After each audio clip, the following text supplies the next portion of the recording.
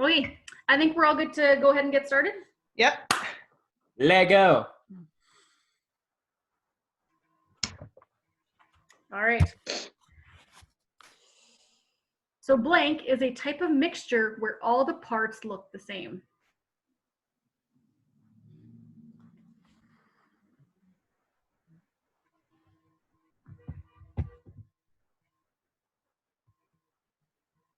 We're off to a great All right. start.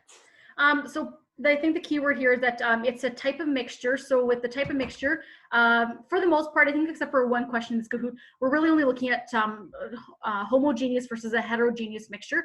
Remember, homo means same. So it's the same type of mixture. So hetero means different. So you would be able to see the different pieces in that mixture. All right. Radiant Sea Lion. That's like I like that name. Sounds like a superhero name. I don't know why. All right. Pizza is an example of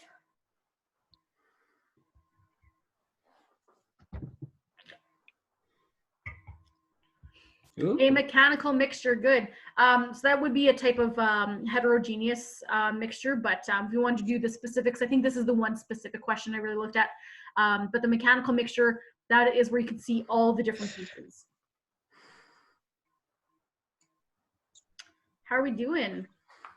Ooh, excited deer taking second place. That's me. Good job. Is sodium chloride, table salt, a compound or element?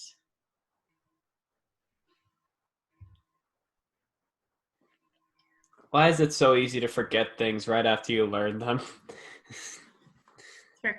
But yeah, so the keyword here is you have sodium and you have chloride, or which is chlorine. Yeah, so that one there has two different types of elements and relate to when you're given, say, this is called the chemical name of, say, of a compound. It's kind of hard to recognize whether or not it's an element or a compound if you aren't familiar with the elements. Although I guess in terms of the elements, they only have like a single word for a name. So it would either just be sodium or just chlorine. It wouldn't be both. So if you're kind of seeing, if you have an option between compound or element, if you see that it has two parts to its name, then for the most part, you could say it's a compound. There's a general rule of thumb. But I mean, you guys are going to be working with the periodic table probably maybe next week. Yeah, probably by the end of the week, next week, you guys are looking at the models of the atoms. So I think you're going to be working with the periodic table by then. And then you guys will be able to have a look at, all the things that are going on. You're not expected to remember the periodic table, by the way. Oh, come on. You get a quiz on it. Yeah.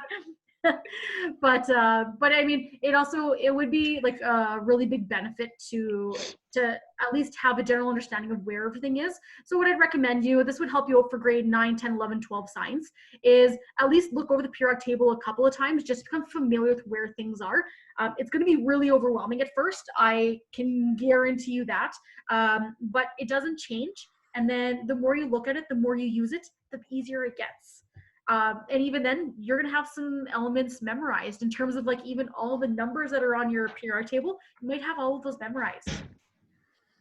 I think I can do, like, probably with the most common elements, I might be able to tell you there's something called the atomic number, maybe the number of protons and neutrons that they have, say their atomic weight or their atomic mass, sorry.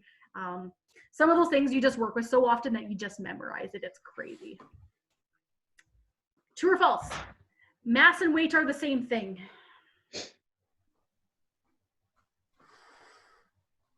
I answered that question like instantly. Well, that's good.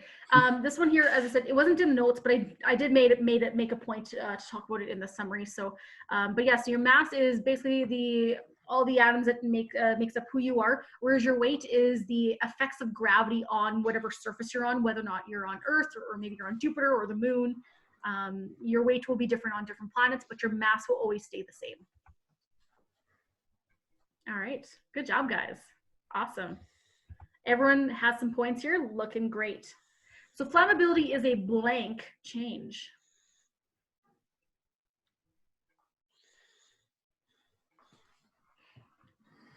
Awesome. So it's a type of chemical change. I guess in itself is really more of a chemical property, but but burning it is definitely a chemical change. Good job, guys. Yeah. All right, Radiant Sea Lion up on top. Who's Lively Lobster? I don't know, but I like their name. I like that little I don't know, whatever's going on with their name. It's great. Kahoot has some really great ones. One that popped up in my scroll was a majestic cat. I was really sad. That's a great name. Yeah. That'd be perfect for me. Yeah. So in a chemical change, the ending result has blank properties compared to the original substance. I just guessed. And that one's a really long sentence. So just when you're comparing the end product and the beginning of a chemical change, what's happening? So they should be different, because remember, with a chemical change, you should have, it's a new substance being formed, so their composition or the properties even should be different. Okay. So this would be the opposite. Say if you were to be dealing with a physical change, you are not changing the chemical composition. So with a physical change, the properties would be the same. They would still be the same substance. They just might look a little bit different. I realized that I hit the wrong answer after after I answered. That's okay. It's okay. It's just a Kahoot. We're good. So one example of a chemical change is chemicals changing. Good. You're baking a cake. Awesome. So really, honestly, any kind of heating up of stuff for the most part, it's a chemical change. You're changing its chemical composition, so it's going from a nice batter to a delicious, delicious solid cake. I can hear the horns. All right, Radiant Sea Lion still on top. Good job. Water's blank stays the same, even in solid, liquid, and gas form.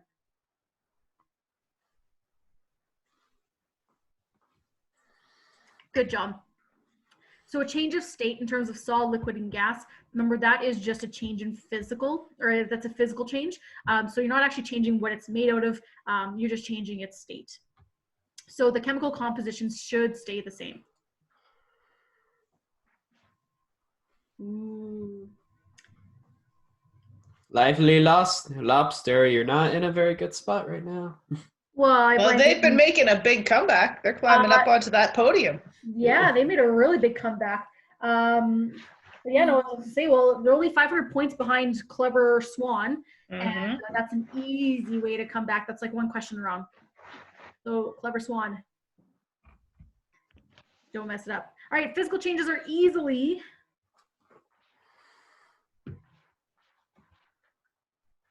they're easily reversed. Good. I mean, I guess technically, depending on what type of physical change we're really looking at, some of them could be easy, like crumpling a piece of paper is easy.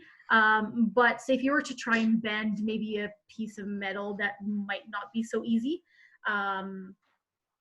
So the more correct answer there would definitely be reversed.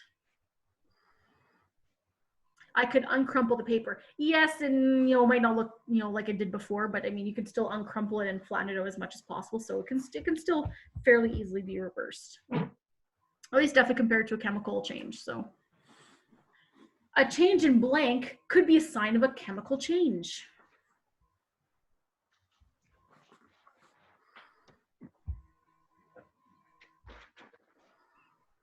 What? Wow, I had a nice little, I don't know if you'll say it's nice, but it's a bit of a different, everyone chose one of each answer, which is interesting. But a change in your maths, you could just be taking one piece of paper and adding another piece of paper, or you could be ripping it in half, so then you have two pieces of paper, so then the weight is getting smaller. In terms of the size, you could crumple up your piece of paper, but you can undo that, flatten it back out, so you have a physical change. And then your texture, I mean, if you have, going back to the crumpling the paper, you crumple it up and it's no longer a smooth, flat piece of paper. So the color is typically a color change is typically a sign of a chemical change. So that's really interesting though, because remember, describing the color itself is a physical property, but a color change is a chemical change. So that one's a very tough one. So be very careful. Describing the color as it is right there is physical property, whereas a color change is a chemical change. So that was tough. All right. Okay. Last question. Which of the following is not a type of physical property?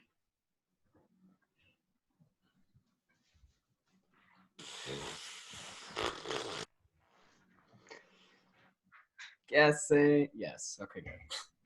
All right, good job. So the ability to emit light, that's one of those signs of a chemical change. So going back to that would be the example of, burning magnesium. But remember, we just talked about the color itself. When you're describing just the color that you're seeing, that when there is a physical property, malleability is the ability to bend, say a material. So say you have maybe like a metal wire and you're able to bend it. Then the boiling point, now we're just looking at changing the substance from a liquid to a gas. So just changing the state there. Who's radiant sea line? Clever Swan, number 3. Excited Deer, and drum roll. Radiant sea lion. Radiant Sea Lion. Who is that? Who is that? Me. That is